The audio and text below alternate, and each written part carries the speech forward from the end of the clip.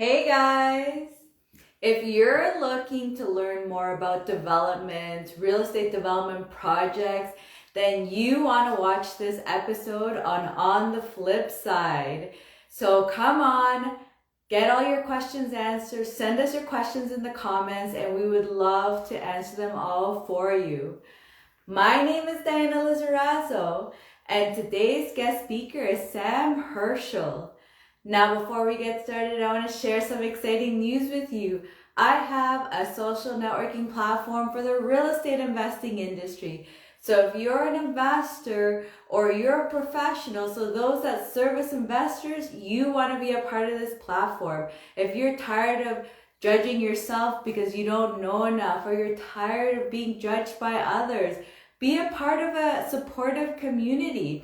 If you're worried about knowledge about how to talk to the experts or what to say, or even understanding what you need to do, be a part of a supportive community. So if you want to be a part of that kind of supportive community, then come join me on REI FAM. It's realestateinvestorfam.com. Download the app and come have fun with us and be a part of a supportive community. Now back to the show. On the flip side, our guest speakers are here to help you by sharing their knowledge with you. So if you guys are ready to talk about developments, definitely get those questions in there in the comments so we can answer them for you. Then come on. So let's give Sam a thumbs up, some hearts, some love, and let's get him on the stage. Hopefully you can see it. I feel like sometimes things are a little iffy. But yeah, so definitely let us know in the comments. Let us know what your questions are so we can answer them live here. Okay, let me see if it works the other way around. Looks like Sam made the request himself too. We will get him on, guys, so don't worry. Okay, let me accept. I find this always weird.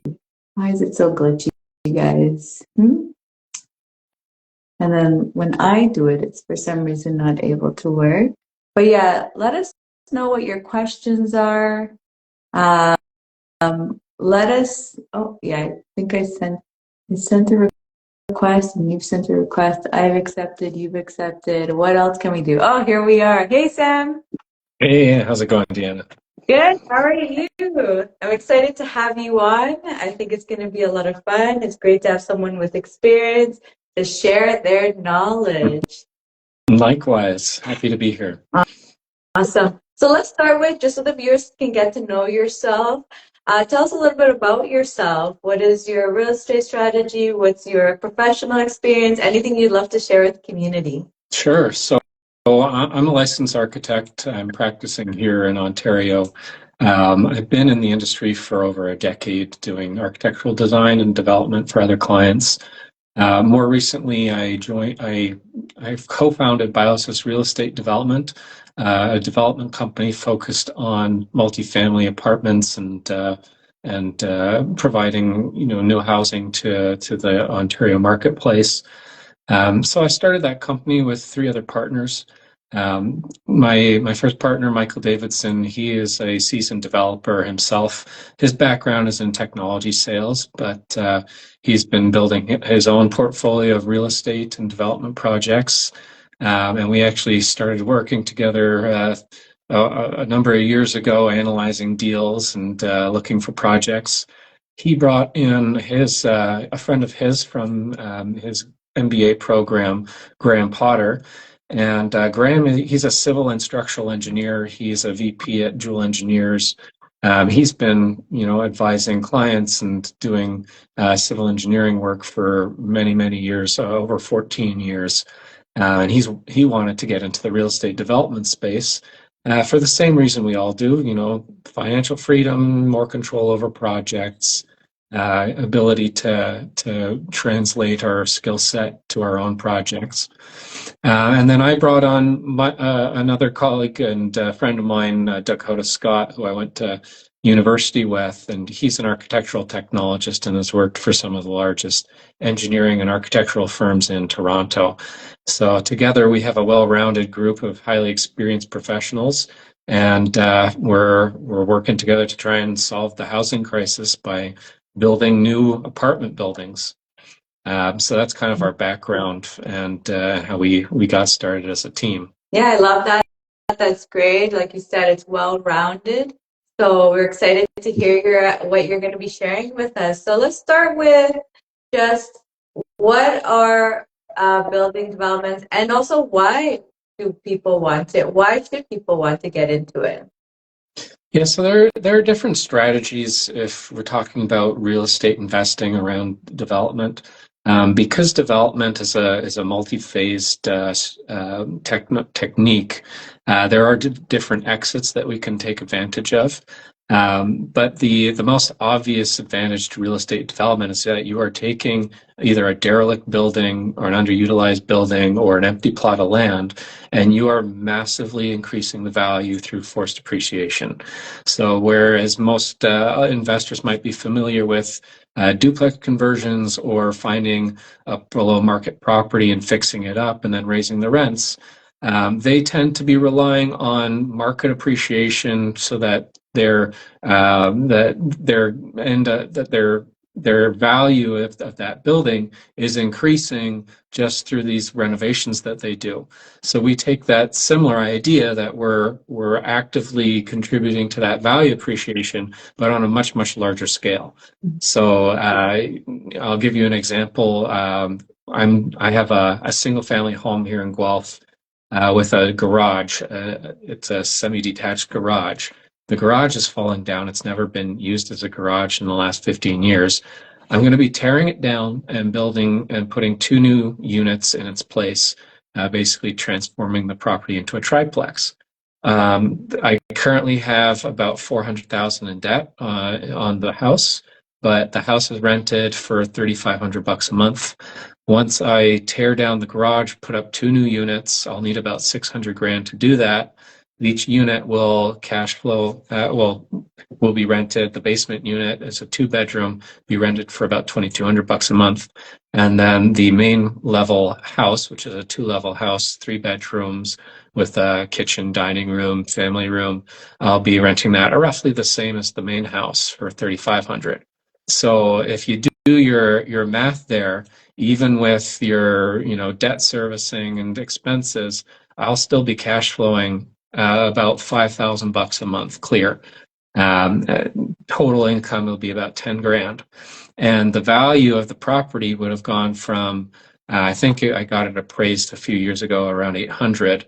With the 2 extra units, so I've got 400 debt, about $600,000 to do the build, so about $1 million worth of debt, but it will come in appraised about between 1.6 to 1.8. So that amount of appreciation, that amount of value add, you're not going to get just by renovating the unit and increasing the rent. You really have to add on to it. So that's an advantage that development brings, is that you're creating value from nothing, essentially. So once you get into the larger projects, which is kind of what we're focused on at Biosis Real Estate, it becomes a scalability factor, and then there are other exits that can be built into it. So when you take an empty plot of land, you can raise the value without putting a shovel in the ground. This is through the entitlement process. We currently have a 2-acre property about half-hour outside of Ottawa, where we'll be taking it through a rezoning. It's in a town called Kemptville. Right now it's zoned residential first density, so really you can only get single-family homes, duplexes, triplexes. We're going to rezone it to a residential third density, and that's going to allow us to build about 50 stacked townhouse units on that same plot of land. And we purchased that plot of land for the price of a single family home. So a huge amount of value is going to be created just by rezoning the property. And then we could take that rezoned land and we could sell it to another investor, we could sell it to a developer, and probably double what we paid for it. The next stage would be to take it through site plan approval and building permits, and then the strategy is the same there. You've increased the value because you've essentially removed the risk that and the headache that another developer would have to go through. Getting these entitlements, it's not an easy process. But as an architect and my partners having done this for over a decade, it's second nature to us. So it's very, I wouldn't say easy. I would say it's very natural for us to take that on ourselves. And then we could flip it to another developer who then just has to take it and start building. Or we do it ourselves, which is what we're planning to do. But it's nice knowing that there are some other exits built into that. Exactly. That is great. Always having those exit strategies is really helpful. And like you said, something basic you're alluding to, it's your team becomes very important to making sure you have that experience to be able to be successful. And which I think that kind of goes into talking about like the risks and how you're mitigating. Is there any other tips that you would like to give the viewers that are coming in, let's say that are new in, like what they should even, what types of maybe projects even they should get into, and just what they can do to help mitigate the risks, and even what risks they should be aware? Yeah, the biggest risk is always the questions you don't know to ask. And in development, your exposure is amplified because you have to put a lot up on the line. If you're just renovating and refinancing an existing property, your investment is backed by the existing asset. So in the event of a default, you're not going to be completely wiped out because the asset has value. You can probably turn around and sell it.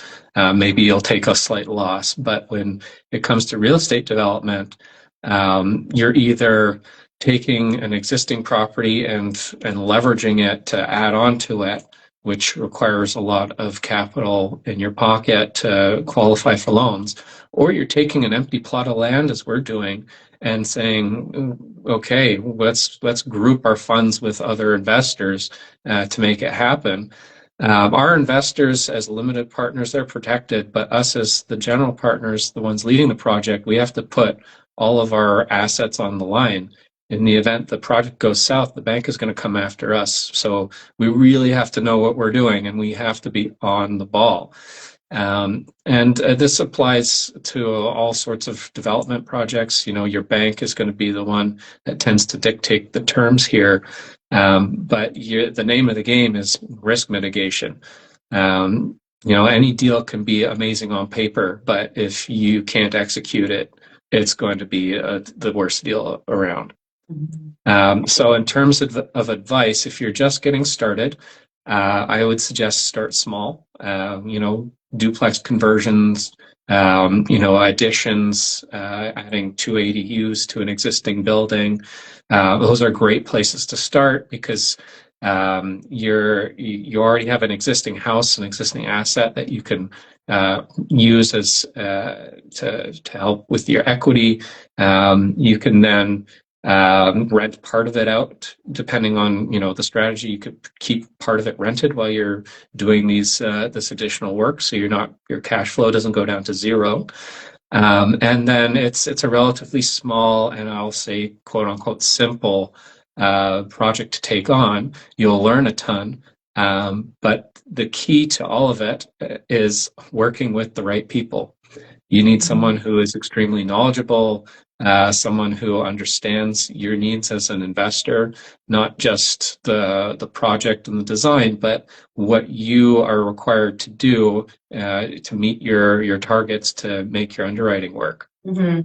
So very important to work with professionals who understand your needs and who can work with your timeline. And then I always am adamant, if you're getting into this space, you need a mentor. You need someone who's done it and who can coach you so that you can identify those areas, those blind spots, the questions you don't know to ask. They'll bring up, and then you'll have the questions. And once you have the questions, you can go find the answers.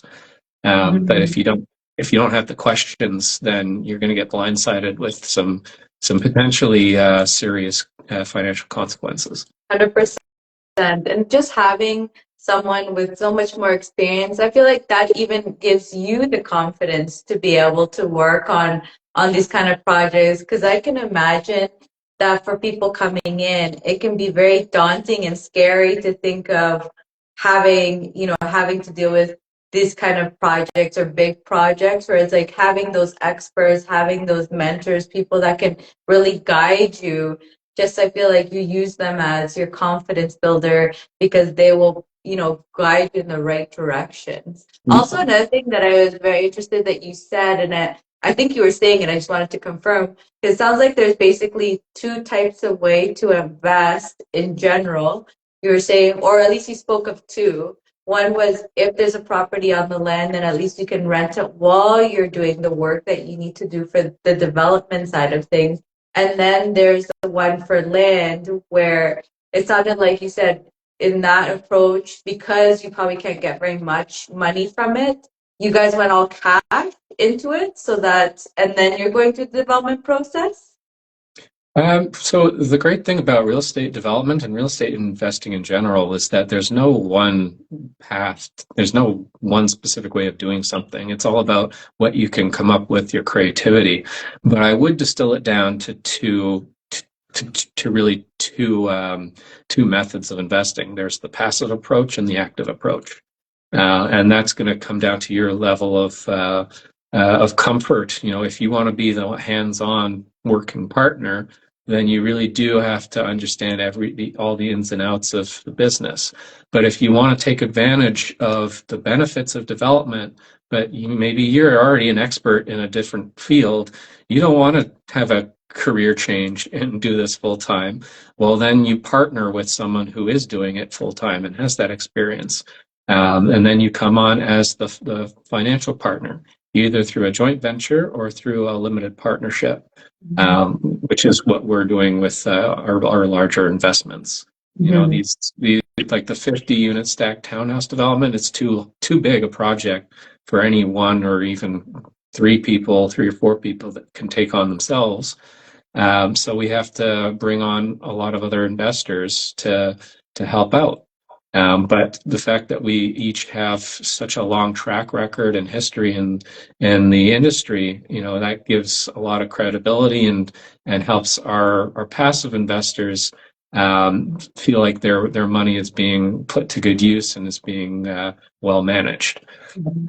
So those are really, if you're to boil it down, those are the two ways to invest, actively or passively. Yeah. Everything else in between, there's creativity involved, different exit strategies, as I outlined.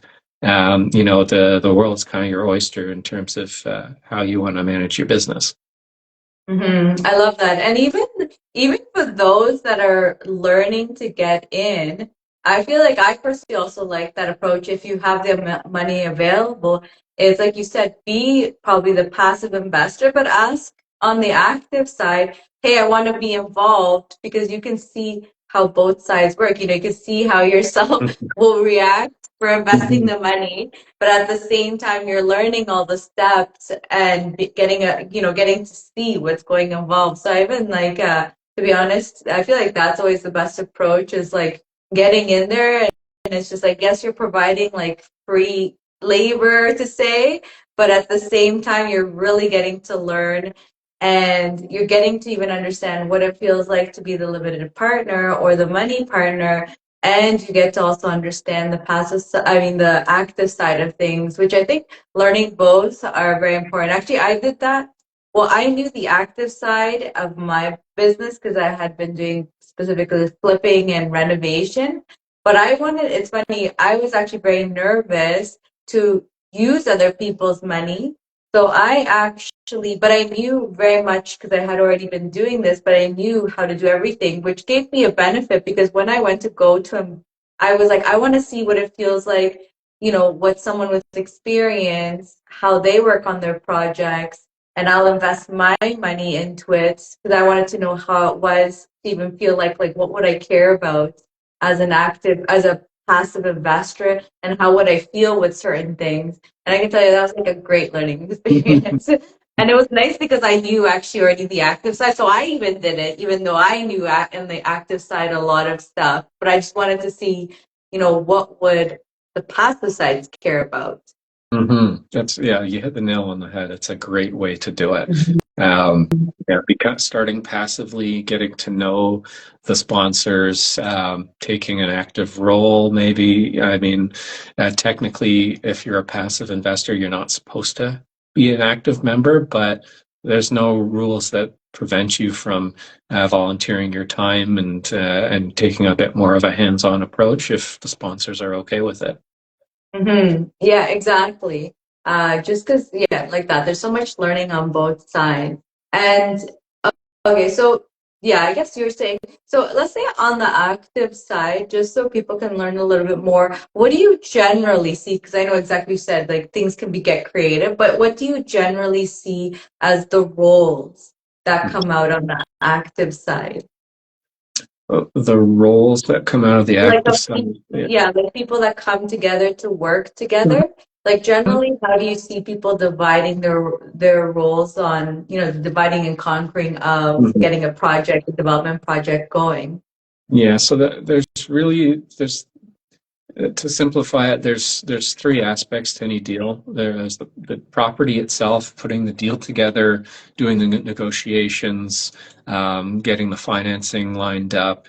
Then there's the management of the project, and that includes managing all the design teams, overseeing the schedule and budget, coordinating and allocating resources. And then the last aspect is the capital itself. So for our larger projects, we raise the capital. So my partner Michael, he's leads up the capital raising side and the investor relations side, managing that. I'm more the business operations and development side. So I do a lot of managing of the projects. I mean, I'm an architect. That's what I do as a profession. So it only made sense for me to take on that role. And then I work with Graham. He does our underwriting. He's very numbers oriented, very gifted with Excel spreadsheets. So he does a lot of our analysis and underwriting. And then Dakota, he's very much the creative type. So he does all of our design work, our computer modeling softwares. He'll do our planning and specification writing. So that's how we divide the roles here. When you're talking about a smaller project where you might JV with a funding partner, then you're grouping all of those tasks together with one partner, and then the other partner is putting up the capital. Now, I believe the legally to do a joint venture, both partners need to have some active role. So, and I don't think just managing the capital is enough to qualify. But that might include background administration, bookkeeping, accounting, that sort of thing. So you could still split it up and say that, present a case if you are ever asked that yes, you both are active members of the business. Oh yeah, that's very, very interesting. Now going on to you were talking about capital raising, and since you've had to already do capital raising, do you have any tips for the viewers on how that works and what they should be taking into consideration when they're getting ready to raise for a project? Yeah. I have a few tips. Know your numbers. The numbers are a moving target, especially in development projects. We're constantly revising our numbers as changing market conditions happen, or we get development updates as we're working through approvals. As an example, that stacked townhouse development was originally a 48 unit. We sat down with the city, did our pre-consultation, and we had a private road going through our development. And they said, oh, well, we've got this strip of land to the south of yours. We were really thinking that would be a municipal road. Why don't you guys just build us a municipal road instead of putting one through your site? And that's great because we got to fit more parking on there. We actually had enough room to fit a playground and a park, and our the number of units went from 48 to 52. So like that change alone meant that we had to update our numbers. But then you also have varying costs of construction, labor rates that are changing, supply chain management. So it's always a moving target. So we're always updating our numbers and our projections. So know your numbers, at least when you're presenting to investors. And you can never guarantee anything. You want to say these are our projections based on our current research and analysis, and just have an honest conversation about it with them, because they'll understand, right? It's nothing there's no guarantees in life, and with any investment, markets change. So that would be one piece of advice. Another piece of advice is really know your strategy and have clearly defined exits. Ultimately, investors care most about how they're going to get their money back. And if you're only giving, well, we think we can do this, we think that we can sell the project after 4 years, how? Have a concrete plan. How is this going to happen? Investors respond to that because it shows that you have that plan and you're not just kind of playing it by ear. No one wants a jazz musician handling their money if they're all constantly improvising. You want something that's very planned out and regimented. And it just builds that trust and confidence in them, because if you show everything, like that, like how the exit strategies are, what the plans are, what could be the worst case scenario, what's the best, what's the expected, it just builds that trust and confidence in yourself, like when they're watching you speak. Yeah. And clear communication and open and transparent communication is critically important. You're a team. Your investors are part of your team, and it doesn't mean that you're just telling them every single problem that comes along. It means you're summarizing, okay, here are the problems that we encountered. Here are the solutions we're going to be enacting.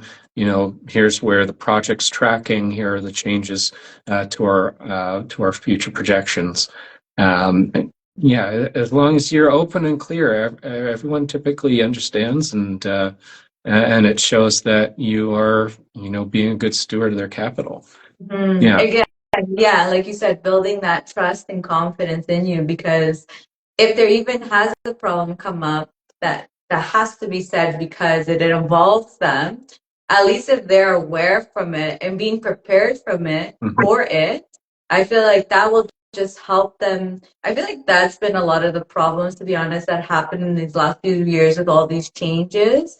Whereas, like, if they just said what was going on, like, yes, the market did this, it's going to impact us in this way, this is what we may be seeing, we're going to keep you on the updated, I don't think you would probably see as many people getting as frustrated and angry with their team members, instead of trying to feel like you're just going to solve everything, not let them know. And then you get to the end where it's like you've tried every single scenario and it's still not working. And now you have to ask for money, let's say, or now you need to start strategizing, and that you're just like, just should have started that from the beginning, because at least they, like, when you do it at the end and it's like they're the last option, I feel like that's the worst that you can do, because they're just going to be shocked and angry. But if they're in it and saying, oh, okay, these changes have happened in the economy, let's say for when the drops happen, these are the possible problems, that could come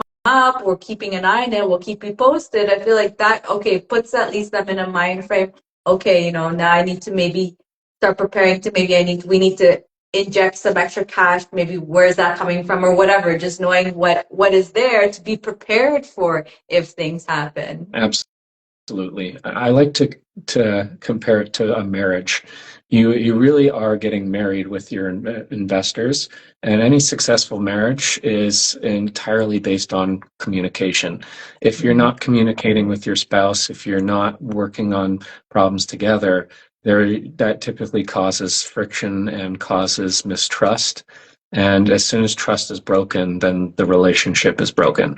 So trust with our investors is paramount, and And everything we do working with them is based on ensuring that trust is maintained. I love that. Yeah, completely agree with you. Now that we're talking about the kind of also alluding on the market, I'm curious on your views. What are you seeing that will be happening with developments? Actually, before getting to market, with developments, actually talking about regulations with federal, with provincial, with city. I'm not sure to what levels, but any information that we should know about that will help in the building developments? Yeah, so Or that may not even, you never know. Things that we should maybe steer clear yeah, of. yeah. No, it's a great question, and one that I see a lot, which is, how do you get development done in Canada? You tend to hear people complaining, and horror stories generally come in from investors, rent control, landlord-tenant board, slow to approvals. And we're finally seeing that start to change. Because it's been true for the longest time. The government has not been focused on building out adequate housing to keep up with demand. We've had a huge amount of immigration over the last 5 years, to the point where I believe in 2023, we had over 1 million people coming into the country. In Ontario alone, the population increased by 500,000 people. That's the size of a city of Mississauga, just getting added to our province in a year. There is no way that our current infrastructure can keep up with that. So the provincial government has been bringing down a lot of changes to legislation to encourage housing development. Bill 23 was the first landmark change, More Homes Built Faster Act. Here they introduced development charge reductions and exemptions for building rentals. They mandated that all zoning bylaws change to allow 3 units as of right in any single family home zoned site. So anyone who has a house could split it into 3 units as of right without having to go through site plan approval. You just have to get the building permits approved. They incorporated other processes to streamline the approvals. There are exemptions to rent control for new units. So a lot of people don't know this, but if you built or are building a new rental building, any time after 2018, your units are not governed by rent control bylaws. So, we all hear that the minimum or the maximum amount you can increase the rent by the landlord tenant board is 2.1 or 2.5%. Well, any new construction doesn't adhere to that. You can raise your rents up to market rate as long as these units were built before 2018. That's a huge advantage for building new versus buying existing properties and trying to flip the tenants out and increase the rents. That strategy is a lot more doable in the United States or Alberta, where they don't have these laws. So, but in terms of real estate development, we pretty much apply in that regard. Doug Ford also introduced Bill 109, which is the More Homes for Everyone Act.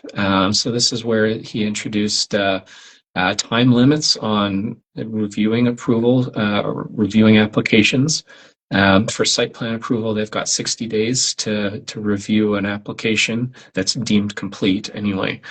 And then they have to make a ruling and they have to get you your approvals. Otherwise, you get your fees refunded. They also are encouraging pre-zoning. So a lot of municipalities are looking at their zoning bylaws, redoing their zoning bylaws, allocating more land for residential and apartments, and fast-tracking approvals for those housing types. There's also the Bill 184, Protecting Tenants and Strengthening Community Housing Act. So this is a streamlined eviction process for non-payment of rent.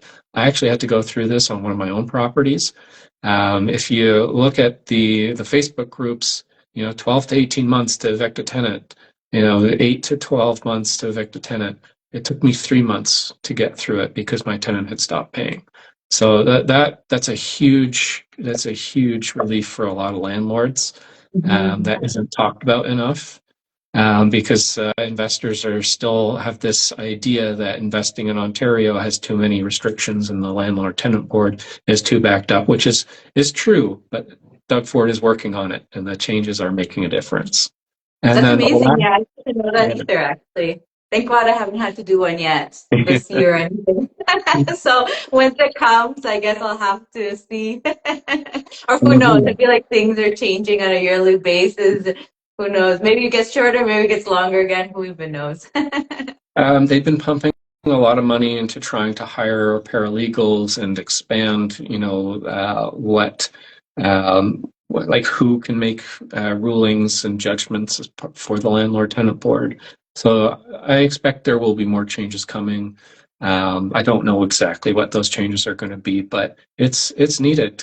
There's too many stories of landlords trying to move back into the house that they own for one reason or another, but unable to because the tenant refuses to leave, so they end up sleeping and living out of their cars. Yeah. That's just not right. That's not right. So yeah, especially like that, everyone's coming into hard times or had come at that time into hard times, and it's there should have been, especially it's like you have the proof, like you don't have a place to live or you're in a hotel spending a lot of money. I feel like that should be enough evidence to be like, okay, this person should be evicted because you don't actually have a place to live. Like some things are very simple and should be kind of quick to be able to resolve. Yeah. So your other question is where's the market going? So it really is starting to pick up with interest rates coming down. It's making development projects a lot more viable. Most of our projects, actually almost all of our projects, are going through CMHC financing, which is the best terms you can get around, I think the interest rate's at 3.8%. And you can get like a 50-year amortization period at 95% loan to value. So essentially, we only have to come up with 5% of the capital, and then CMHC and the lenders will fund the rest. That's not exactly how it works out, but that's part of the advantage. Yeah. And actually, now that you're talking about CMHC, because you're specifically talking about the developer, the building developer CMHC portion of it, right? Yeah, so there's two. There's for retrofitting existing buildings and then building new. We're focused on the new builds, which is a little easier in our opinions to meet because we're designing from scratch. So we can design it to meet the requirements. Whereas if you're retrofitting, you're talking about opening up walls, replacing windows. It's messy, but I know a lot of investors who are doing that, and they're basically taking properties that they own, increasing the thermal resistance of and the energy efficiency of their building, and then refinancing and pulling out a ton of cash because they're going from 75% loan to value to 90 to 95%. So for a relatively small investment, you can recoup a lot of cash. Yeah. And so, for example, for the development, just to give people an idea of CMHC, kind of what are the requirements that they would need to have in a general view to be able to apply to have that CMHC financing? So it works on a points basis, and there are three categories: affordability, accessibility, and energy efficiency. And to qualify for the max, benefits that they have, that's 100 points. But there's three tiers, so and each one has different terms. And each category, you can collect a certain number of points for meeting the requirements of those categories. So for energy efficiency, for example, to reach the max, which is 50 points, you need to be designing your buildings to be 40% more energy efficient than the National Building Code. And just by following the Ontario Building Code, we'd already hit level 1. To hit level 2 requires a little bit extra installation, specifying Energy Star appliances. And then level 3, it's kind of taking that to a higher degree. You're also looking at air tightness. You're looking at ventilation and your equipment that's all going electric versus gas, for example. So the pool system actually follows the same as for the multifamily then how it is, like you said, for retrofitting. So it's both the same format for both? That's right, yeah. Now, because I heard that, I believe for multifamily in Ontario, correct me if I'm wrong, that you need to now have, because a lot of people in Ontario were trying to get it to work for the energy efficiency because it was a lot easier. And I'm talking about multifamily, so I don't know if this applies for the development, but so they would do the energy efficiency because I forget what the income side or the side for the rental side for making it. Yeah. Affordability. There you go. Yeah. The affordability was hard here, but now it sounds like at least for the multifamily, there has to be a percentage, I believe, that has to be affordable. Does that also apply for the developments? And I guess, again, it'd probably be certain types of developments, I guess, rental property type of developments that are being built? Yeah, so they changed the rules because everybody was going after energy efficiency, and CMHC said, oh, we need more people to build affordably. So they reduced the max points for energy efficiency down to 50, so you can only get 50 points, which forces you to go affordability, accessibility, either or combination. So the magic formula we're using is maximize energy efficiency, get 50 points there, 10% as affordable units, and then 15% of our units are accessible because the Ontario Building Code already requires that for multi-unit developments. For anything under, I think, like 6 units, you don't have to have any accessible units. So then you kind of just need to get all your points off affordability. But that means only 10%. You only need like 1 unit to be affordable. And then the rest is energy efficiency. And I'm assuming in CMHC, it probably follows when it comes to the funding, the way the funding happens. It's, I guess, very similar, the same as just how you fund developments. Like they do the appraisal, they have the phases, they appraise and they fund according to once you finish certain phases. Is that the CMHC funding follow that way of also funding?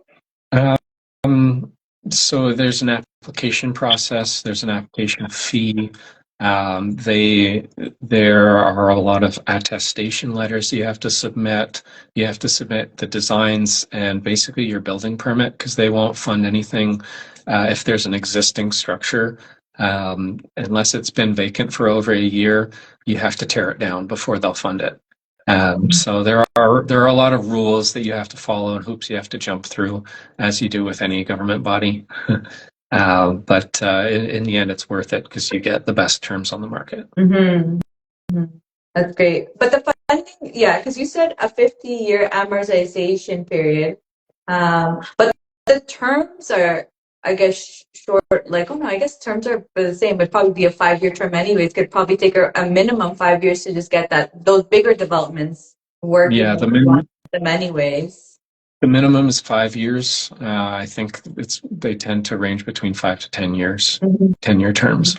Mm-hmm. So again, same as multis. Actually, they're the same. Just I guess the way it's funded is differently because like that you probably get lump sum amounts according to the phases you're in. Correct. Compared to a multifamily, is like once you have it, then you're just funded like a regular mortgage would be, except at a higher rate or whatever. Yeah. So for us, it's based on construction draws. So typically, us as the developers, we need to fund right up to the first construction draw, and then CMHC will kind of back pay us for all the cash, which is why when I said, we only have to bring 5%, but it doesn't actually work that way.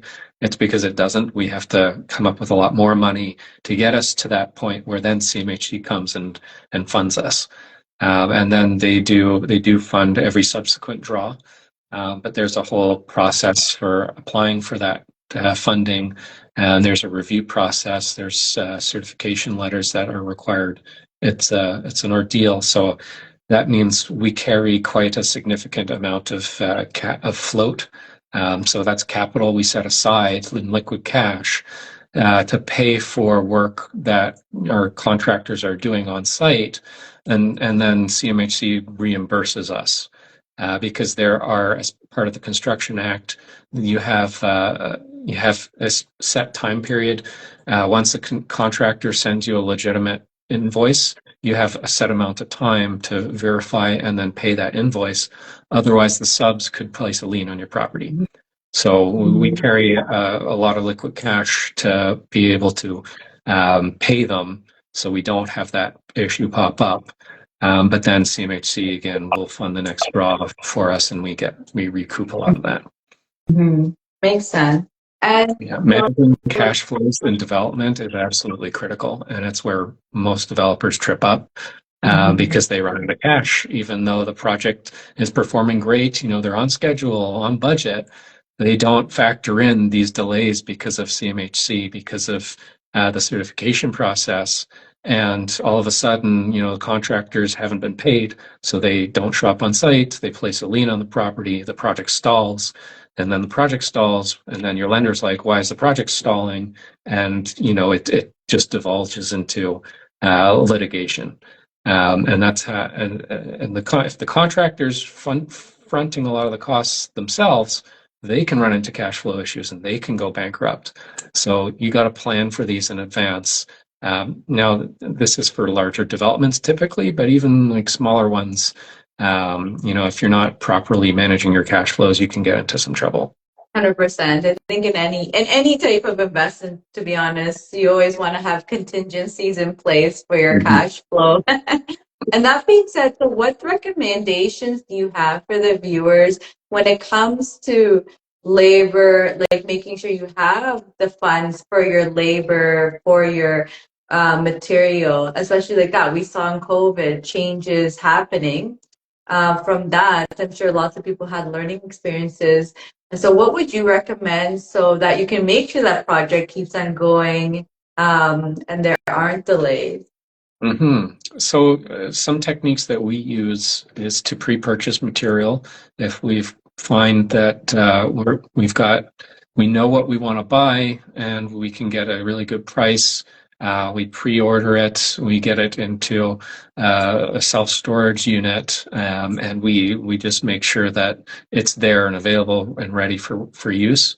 That way, we're not subject to changing market forces. We're not subject to the manufacturer if they are understaffed and have too many orders coming in.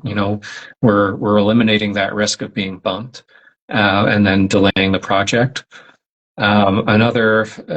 We do work and try and go directly to suppliers so that we have a bit more control over the supply chains. And then, in our contracts with our contractors, we always stipulate that they're adhering to schedule. We have very hands-on management approach, always keeping an eye on our budgets. And then something that we've been incorporating into our project recently is to do prefabricated, shop fabricated systems, like modular systems. And the advantage there is you cut down on the amount of labor you need. So we work with a couple companies that produce these shop-built wall systems. So all your framing, which is typically done on site, is done in a warehouse, and then shipped to site once the foundations are in, and then two guys in a boom truck can literally click them into place. And you're going back to your kid days, Lego. Exactly. I knew playing with Lego would have its advantages. But it allows us to cut down on the amount of labor. It means we aren't subject to weather delays because we can plan for when these walls are going up. They go up in a fraction of the time, and they're higher quality build because they're done in a factory setting where it's temperature and moisture controlled. So there's a lot of advantages that way. We actually are able to cut down on the construction time by up to 50% using this method. Oh, wow. And it's a relatively new aspect of the construction industry. I see new companies starting up every day. Well, not every day, but you get the idea. So I really see this as the trend going forward for the construction industry, because on the flip side, we have a serious lack of skilled trades and labor, which has been pushing up construction prices for the last decade. So this is, as a result, this is one of the solutions, and it's a much needed change. Very true. That is very true.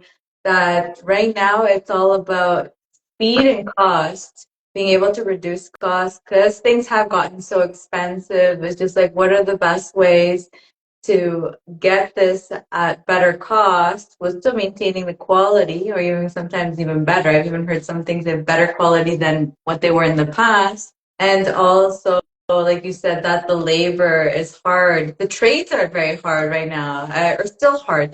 They were hard in COVID and they're still hard now. Exactly. So, any final comments or anything you'd like to share with the community before we go? So I think I just want to hit on this idea that if you plan to get into development, don't go it alone. Hire a mentor, partner with experts. Even if you're doing like unpaid work for them, you're still going to be learning a lot and protecting yourself as you start doing your own projects. It's, development is such a complex and highly technical investment approach. It has huge advantages, especially here in Ontario, where we need housing so desperately. I see this being a very profitable and necessary approach to real estate for years to come. But there are a lot of pitfalls if you don't know what you're doing. So work with an expert, work with someone who is highly experienced and trained.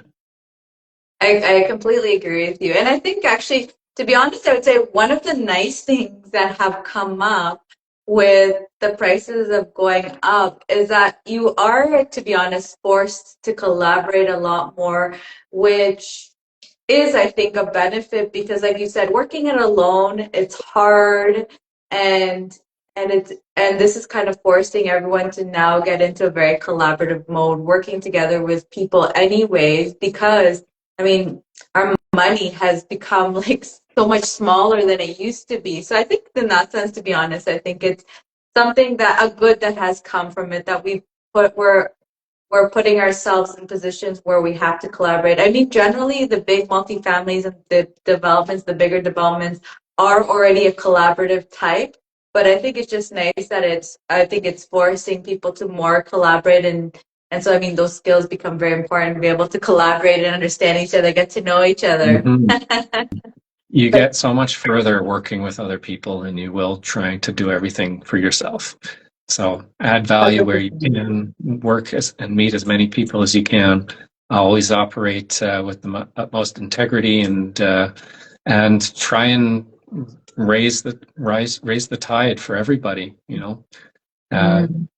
There's enough to go around, and if we work together, you can do something truly extraordinary. Things that you probably never thought you'd do. Sam, thank you so much for coming on. I loved all the information that you provided. I know the audience loves it too. If you guys love what you heard from Sam, he will be tagged on here. Also, his REI FAM profile will also be in the description. So if you want to learn even more about him, check out his profile on REI FAM.